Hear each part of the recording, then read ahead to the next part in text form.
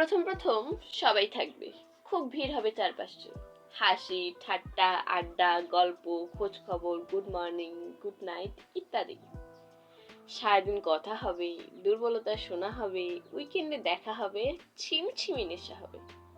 তারপর আস্তে আস্তে যখন সবটুকু জানা হয়ে যাবে, নতুন কোনো গল্প শোনার থাকবে না, বলার থাকবে না, কোথাও আর একটু রহস্য থাকবে না, তখন আস্তে আস্তে নিতে শুরু করবে যোগাযোগের ঝাড়বাতি। আর কথা হবে না, গল্প হবে না, no good morning no good night. মাস কেটে যাবে, তারপর বছর।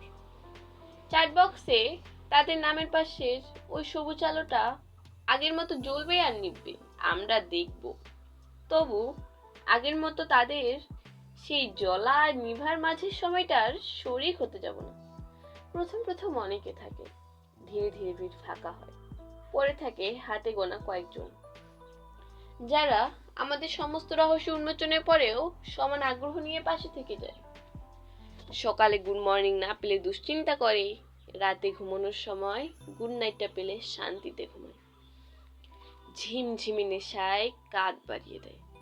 আমরা তাদের কাঁধে মাথা রেখে বুঝতে শিখি, অনেকে নেই তো কি হয়েছে, এই কিছু জনই আমার কাছে অনেক।